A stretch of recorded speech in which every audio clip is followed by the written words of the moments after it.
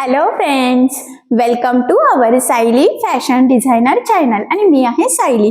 तर तुम्हा सगळ्यांचं आपल्या आजच्या नवीन अशा छानशा व्हिडिओमध्ये मी मनापासून खूप खूप स्वागत करते. तर कसे आहात तुम्ही? नक्कीच मस्त आणि मजेत असणार आहात आणि आपल्या आजच्या छानशा व्हिडिओला सुरुवात करूयात. तर बघा मग, आज मी तुमच्यासोबत खूप सुंदर अशी लेटेस्ट ट्रेंडिंग न्यू लुक मधली ब्लाउज डिझाईन शेअर करणार आहे. ऍक्च्युली आपल्याला त्याच डिझाईन बघून कंटाळा येतो. वेगळी युनिक अशी डिझाईन बनवायची असते, साडीला छान दिसेल असं ब्लाउज मस्त वेगळा पॅटर्नचा रेडी व्हावा यासाठी. त्याचबरोबर आपल्याला कस्टमरला सुद्धा नवीन डिझाईनची आयडिया द्यायची असते. सो आजची जी काही डिझाईन आहे ती खूप सुंदर आहे, न्यू लुक मधली आहे आणि सगळ्यात इम्पॉर्टंट म्हणजे मी तुम्हाला ह्या ब्लाउज डिझाईनची कटिंग आणि स्टिचिंग दोन्ही पण अतिशय सावकाश स्टेप बाय स्टेप आणि खूप काही महत्त्वाच्या फिनिशिंगच्या टिप्स अँड ट्रिक्स आहेत सांगणार आहे, जेणेकरून तुम्हाला आपला आजचा हा व्हिडिओ बघून अशी छानशी लेटेस्ट ट्रेंडिंग न्यू लुक मधली ब्लाउज डिझाईन बनवणं खूपच सोपं जाईल. त्याचबरोबर नुसतं डिझाईन कशी बनवायची तेच नाही, तर प्रॉपर परफेक्ट फिनिशिंग साठीच्या काही टिप्स सुद्धा सांगणार आहे, जेणेकरून बाय चान्स जरी तुम्ही कोणी नवीन शिकत असाल तरी सुद्धा तुम्हाला फिनिशिंग सहित ब्लाउज डिझाईन कशी बनवावी तर हे सहजच लक्षात येईल. ठीक आहे, सो चला मग वेळ न घालवता आपण आपल्या आजच्या छानशा व्हिडिओला सुरुवात करूयात आणि आपला आजचा हा व्हिडिओ तुम्ही स्किप न करता पूर्ण नक्की बघा, जेणेकरून तुम्हाला आपला आजचा हा व्हिडिओ बघून अशी छानशी ब्लाउज डिझाईन बनवणं खूपच सोपं जाईल. ठीक आहे, सो चला मग आता आपण स्टार्ट करूयात. तर हे बघा, इथे तुम्ही बघू शकतात की हा आहे ब्लाऊज पीस आणि त्याचा जो काही काट आहे तर तो सुद्धा कट करून आपण सेपरेट केलेला आहे डिझाईन बनवण्यासाठी. आणि काट आणि ब्लाऊजचं कॉम्बिनेशन सुद्धा खूप मस्त आहे. त्याचबरोबर याचं अस्तर आणि मेन फॅब्रिक असं दोन्ही आपण इथे ऑलरेडी कटिंग करून घेतलेलं आहे. तर सगळ्यात आधी याचं मेजरमेंट मी तुम्हाला सांगते, म्हणजे तुम्हाला तुमच्या मापानुसार ह्या डिझाईनसाठी सहजच कटिंग स्टिचिंग करता यावी यासाठी. सो बघा मग, ह्या ब्लाऊजची जी काही उंची आहे तर ती आहे टोटल 13. 1 इंच मार्जिन असं आपण 14 इंचाला इथे मार्किंग करून घेतलेली आहे. त्यानंतर इथे 2.5 इंच गळ्यारुंदीची मार्किंग करून घेऊयात. 2.5 गळ्यारुंदी, 2.5 शोल्डर आणि अर्धा इंच मार्जिन असं टोटल 5.5ला मार्किंग केली. त्याचा मुंडा घेतलेला आहे 5.25 इंच. 1.5ला मार्किंग करून बॅक साईडच्या मुंड्याचा शेप सुद्धा दिलेला आहे. त्यानंतर इथून छातीचा चौथा भाग म्हणजे 8.5 अधिक 1.5 असं टोटल 10 इंचाला मार्किंग करून हा बॅक पार्ट आपण इथे कटिंग करून घेतला आहे. सो बघा मग, आता सगळ्यात आधी गळ्याची जी काही मार्किंग आहे तर ती आपण अस्तरच्या बॅक पार्टवर करणार आहोत. सो मेन फॅब्रिकचा बॅक पार्ट सध्या मी साईडला ठेवला. त्यानंतर इथून आता तुमचा जेवढा गळा असेल त्यामध्ये अर्धा इंच एक्स्ट्राचं मार्जिन ऍड करायचं. सो बघा मग, इथून मी आता ह्या पद्धतीने टेप ठेवलेला आहे आणि अर्धा इंच मार्जिन ऍड करूनच टोटल इथे 10.5ला मार्किंग करून घेतली. 10चा गळा आहे. त्यानंतर इथून 2.5 इंच पुन्हा गळ्यारुंदीची खालच्या साईडला एक मार्किंग करून घ्यायची आणि पट्टीच्या सहाय्याने ही लाईन ड्रॉ करून आपल्याला इथे एक बॉक्स तयार करायचा आहे. खरं तर ही आपली बेसिक स्टेप आहे, तुमचा गळा कुठलाही असो, सगळ्यात आधी ह्या पद्धतीने आपल्याला हा बॉक्स ड्रॉ करून घ्यावा लागतो. यानंतर मग आपण इथे जी काही गळ्याची मार्किंग असते तर ती करत असतो. तर इथे आपण पंचकोनी गळ्यावर डिझाईन बनवणार आहोत. शोल्डरच्या तिथून बघा तिरकी लाईन ड्रॉ करायची. बॉक्सच्या बाहेर जवळजवळ 1 इंच आपण ही मार्किंग केलेली आहे, म्हणजे असा कोपरा. ठीक आहे, आणि अशा पद्धतीने पंचकोनी गळ्याची आपली इथे परफेक्ट अशी मार्किंग झालेली आहे. सो आता आपण इथे कटिंग करून घेऊयात. जर तुम्हाला हा गळा कॅनव्हास पेपर लावून स्टिच करायचा असेल तर मग लगेच इथे कटिंग करण्याची गरज नाहीये, पण आपण कॅनव्हास पेपर यूज न करताच ही डिझाईन बनवणार आहोत. सो त्यामुळे मग आपण इथे आधी कटिंग करून घेऊयात. तर जी मार्किंग केलेली आहे एक्झॅक्टली त्यावरच कटिंग करायची आहे. काहीही कुठेही एक्स्ट्राचं मार्जिन कटिंग करताना घेण्याची गरज नाहीये.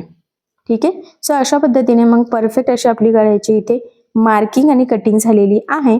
सो आता आपण इथे स्टिच करायला सुरुवात करूयात. तर सगळ्यात आधी आपल्याला इथे अस्तर आणि मेन फॅब्रिक एकमेकाला जोडून घ्यावा लागणार आहे. त्यासाठी सगळ्यात आधी काय करायचं, मेन फॅब्रिक सरळ ठेवायचं. त्यानंतर आपण कटिंग केलेला अस्तरचा पार्ट ठेवलेला आहे. सेंटरला एक पिन आणि दोन्ही साईडच्या शोल्डरला एक अशा टोटल 3 पिना लावून घ्यायच्या आहेत, जेणेकरून स्टिचिंग करताना गळारुंदी स्प्रेड व्हायला नको, कारण जर गळारुंदी जास्त स्प्रेड झाली तर शोल्डर उतरण्याचे चान्सेस असतात. ठीक आहे, आता सगळ्यात आधी गळ्याच्या साईडनी साधारणतः आपल्याला इथे 1/2 इंच एवढं एकसारखं मार्जिन ठेवून टीप मारून घ्यायची आहे. टीप मारताना मार्जिन कमी जास्त होणार नाही, आपली लाईन तिरकी जाणार नाही, तर याची सुद्धा आपल्याला काळजी घ्यायची आहे. कारण आता आपण जशी टीप मारणार आहोत तसंच आपला गळ्याचा शेप येणार आहे. सो त्यासाठी अगदी परफेक्ट प्रॉपर फिनिशिंग सहित गळ्याचा आकार जर पाहिजे नसेल तर ही टीप आपल्याला अगदी काळजीपूर्वक मारून घ्यायची. गळ्याच्या साईडने टीप मारून झाल्यानंतर लगेचच आपण कमरेच्या साईडला साधारणतः अर्धा इंच एवढं एकसारखं मार्जिन ठेवत टीप मारून घेऊयात. या स्टेपने काय होतं की गळा आणि कमरेचा पाळ दोन्हीही आपलं इथे सोबतच फिनिशिंग सहित रेडी होतं आणि इथे कुठेही आपल्याला कमरपट्टी किंवा गळापट्टी लावण्याची गरजही पडत नाही. तर बॅक पार्ट परफेक्ट फिनिशिंग सहित रेडी करण्याची ही सगळ्यात सोपी पद्धत आहे.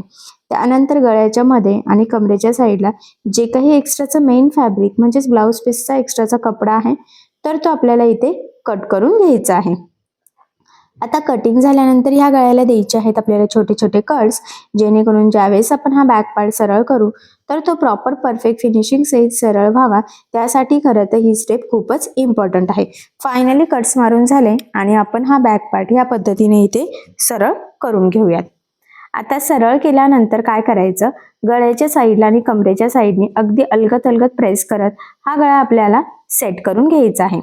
आणि यानंतर सगळ्यात आधी आता आपल्याला गळ्याच्या साईडने द्यायची आहे दाबटीप. सो बघा मग आता इथे दाबटीप देताना आपल्याला काळजी घ्यायची आहे की जो काही आपला आतला अस्तरचा कपडा आहे तर तो वरती दिसणार नाही, जेणेकरून आपली फिनिशिंग बिघडायला नको. सो फिनिशिंगसाठी ही खूपच महत्त्वाची टीप आहे, तर ही तुम्ही आवर्जून फॉलो करायची आहे. कारण आता आपण जी टीप मारणार आहोत त्यावरच आपला गळ्याचा आकार, फिनिशिंग, फिटिंग हे सगळंच डिपेंड आहे. सो त्यामुळे मग मी इथे अगदी सावकाश काळजीपूर्वक फायनली गळ्याला दाबटीप देऊन घेतलेली आहे. तुम्हाला दाखवते फिनिशिंग वगैरे अगदी परफेक्ट अशी आलेली आहे बघा, शेपही मस्त आला. आता यानंतर लगेचच आपण कमरेच्या साईडला सुद्धा दाबटीप देऊन घेऊयात आणि कमरेच्या साईडला सुद्धा दाबटीप देताना आतला अस्तरचा कपडा वरती दिसणार नाही याची आपल्याला खरं तर इथे काळजी घ्यायची आहे. सो बघा मग फायनली अगदी छान प्रॉपर परफेक्ट फिनिशिंग सहित गळा आणि कमरेचा पार्ट आपला सोबतच रेडी झालेला आहे. ठीक आहे. यानंतर आता आपल्याला अस्तर आणि मेन फॅब्रिक एकमेकाला जोडून घ्यायचं आहे.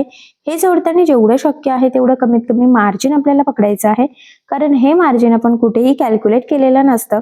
त्याचबरोबर जोडताना कुठे गोळा होणार नाही, तिरकं जाणार नाही, तर या छोट्या मोठ्या गोष्टींची सुद्धा खरं तर इथे आपल्याला काळजी घ्यायची आहे. आणि फायनली अगदी छान व्यवस्थित असं आपलं हे जोडून झालं.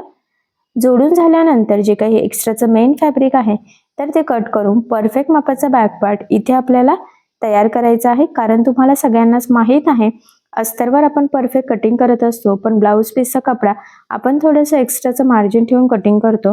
सो म्हणूनच मग सगळ्यात आधी ह्या पद्धतीने आपल्याला एक्स्ट्राचं कट करून परफेक्ट असा बॅक पार्ट रेडी करायचा आहे पुढची डिझाईन बनवण्याच्या आधीच. ठीक आहे.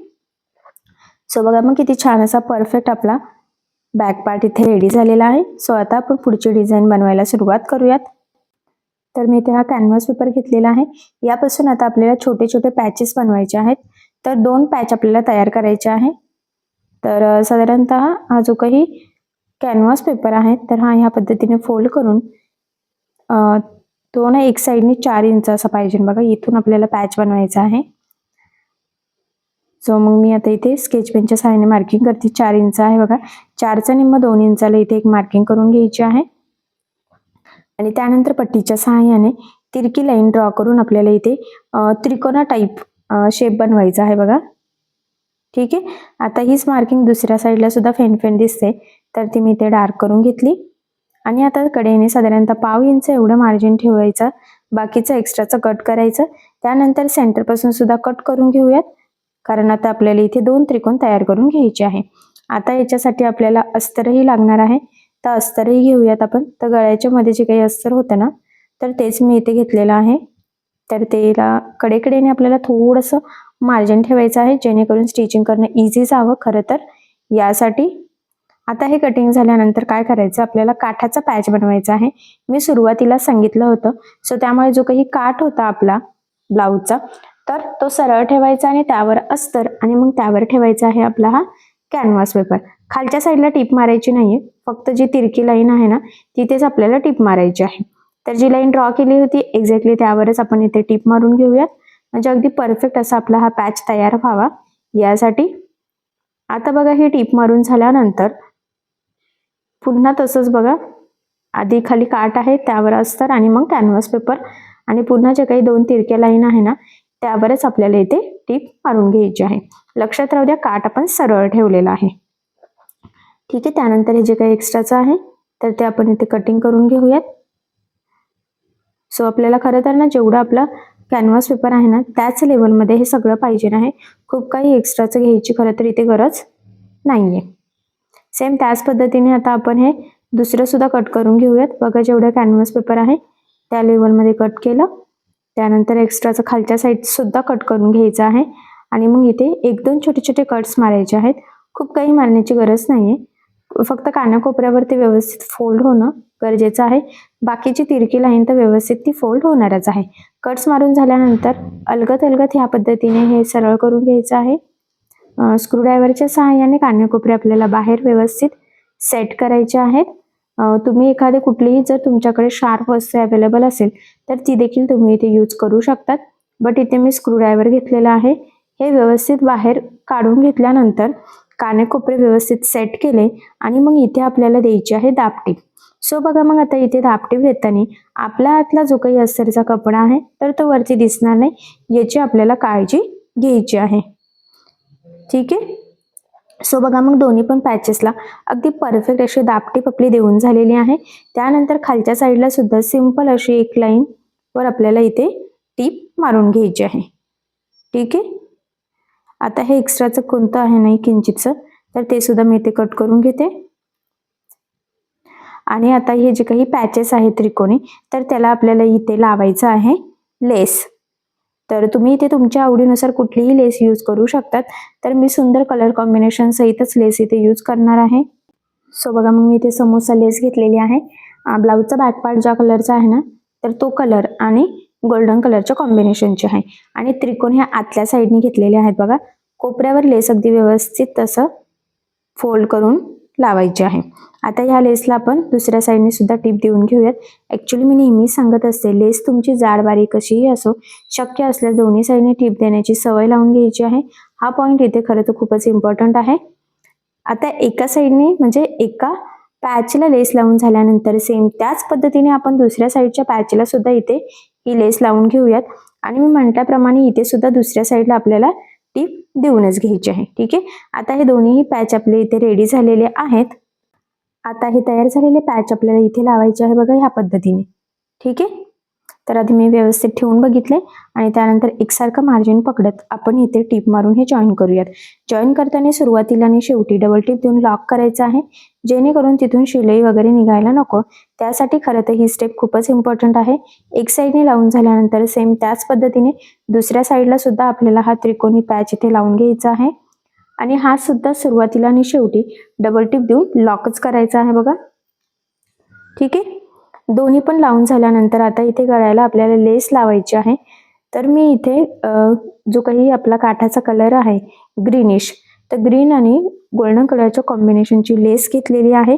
तुम्ही इथे तुमच्या आवडीनुसार कुठलीही लेस यूज करू शकतात कारण बाजारामध्ये खूप वेगवेगळ्या पद्धतीच्या लेसेस अवेलेबल आहेत.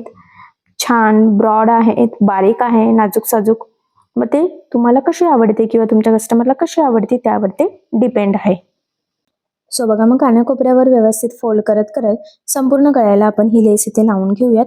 खरं तर आपण ही डिझाईन पंचकोनी गळ्यावर बनवलेली आहे.